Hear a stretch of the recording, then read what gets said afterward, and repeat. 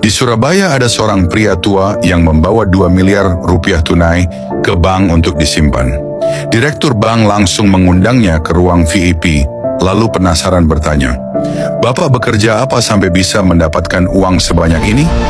Pria tua itu menjawab, "Seumur hidup saya tidak pernah bekerja benar, saya hanya bertaruh dengan orang lain dan saya tidak pernah kalah." Direktur bank mencibir, jelas-jelas tidak percaya. Pria tua itu berkata, "Tidak percaya ya? Begini saja. Besok pagi di bokong kiri Anda akan muncul tanda lahir sebesar telapak tangan. Kalau tidak ada, 2 miliar ini milik Anda." Direktur bank setuju dengan penuh percaya diri. Keesokan harinya, pria tua itu datang bersama seseorang yang memakai setelan jas dan berkata, "Ini pengacara yang saya sewa. Biarkan dia melihat apakah di bokong kiri Anda ada tanda lahir atau tidak." Direktur bank sangat yakin dan langsung menurunkan celananya. "Lihat, ada tidak?" Hasilnya si pengacara justru menangis terseduh-seduh. Direktur bank kaget dan bertanya apa yang terjadi. Pengacara itu berkata, "Saya bertaruh dengan pria tua ini sebesar 5 miliar rupiah. Dia bilang Anda akan dengan sukarela menurunkan celana agar kami bisa melihat bokong Anda."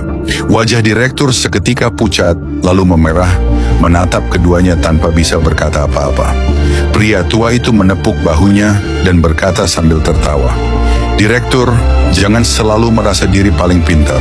Dalam hidup ini, cara menghasilkan uang yang paling hebat bukan bekerja keras mati-matian, tetapi cara berpikir." Setelah berkata begitu, ia dengan santai menyetor uangnya, lalu pergi.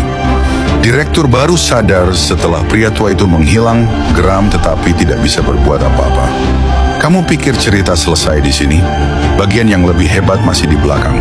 Pria tua ini punya seorang putri. Putrinya tidak mau berbisnis dengannya, tetapi ingin ikut ujian menjadi PNS. Pria tua itu bertanya kepada putrinya, "Direktur Agus sakit dirawat di rumah sakit. Wakil Direktur Bambang memberi amplop 5 juta rupiah. Direktur Chandra memberi 3 juta rupiah. Sementara staf Dedi nekat memberi amplop 20 juta rupiah ditambah sekotak sarang burung walet premium. 4 tahun berlalu, semua orang naik jabatan. Hanya Dedi yang tetap tidak naik pangkat. Kenapa?" Putrinya bingung. Jelas Dedi memberi lebih banyak. Mengapa dia tidak dipromosikan? Ayahnya menjawab, "Kamu tidak cocok jadi PNS. Ikut ayah berbisnis, kamu masih bisa belajar sesuatu. Kalau kamu mau tahu alasannya, ayah akan ceritakan satu kisah." Di Jawa Tengah, putri seorang kontraktor menikah. Kontraktor itu mengumumkan bahwa semua pekerja wajib hadir di pesta pernikahan. Para pekerja tahu kontraktor itu ingin mendapatkan uang amplop, tetapi mau tidak mau mereka tetap setuju. Pada hari pernikahan, meski ada lebih dari 50 pekerja, hanya 20 orang yang datang. Mereka meski sayang uang, tetap memberi amplop 500 ribu rupiah per orang. Pesta pernikahan sangat mewah. Mereka ditempatkan di 2 meja khusus di sudut, penuh hidangan seafood mahal. Para pekerja biasanya tidak sanggup makan makanan semahal itu. Tetapi karena meja itu hanya berisi orang mereka sendiri, mereka makan tanpa sungkan seperti orang kelaparan. Pesta selesai, mereka pulang. Orang-orang yang tidak datang mengejek mereka sebagai orang bodoh. Akhir bulan, saat pembayaran gaji, setiap pekerja yang hadir di pesta mendapatkan amplop tambahan 1 juta rupiah. Kontraktor itu berkata, "Saya tahu kalian bekerja keras. Kebetulan anak saya menikah, saya ingin kalian makan enak, bersantai sedikit." Mereka yang tidak datang hanya bisa menundukkan kepala.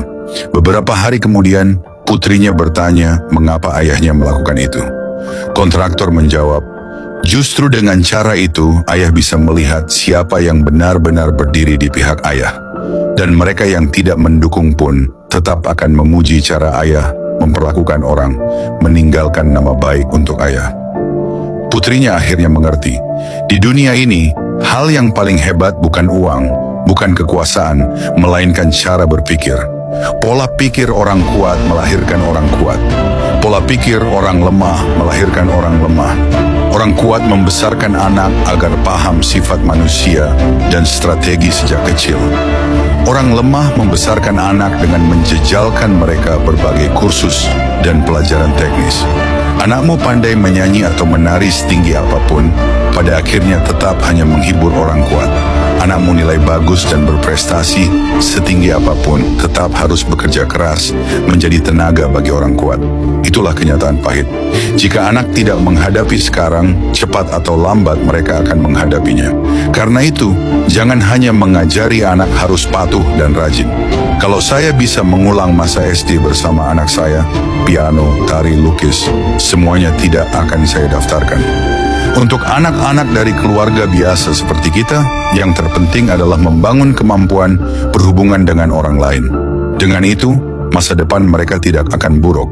Jika Anda ingin anak memahami aturan kehidupan dan memiliki pola pikir strategis, biarkan anak membaca Hukum Murphy sebelum usia 15 tahun.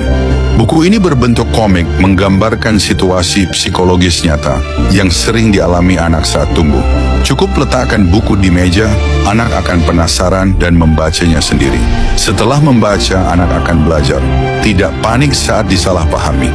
Tahu cara mengubah keadaan dengan cerdas. Tidak menangis saat ada konflik tetapi mencari solusi. Memahami nilai usaha dan belajar mandiri. Ini bukan hanya komik menarik, tetapi buku keterampilan hidup, berpikir strategis, dan kepemimpinan untuk anak. Saat memasuki kehidupan nyata, anak Anda akan menonjol di antara banyak orang. Jangan menunggu anak jatuh, baru mengajarinya cara bangkit.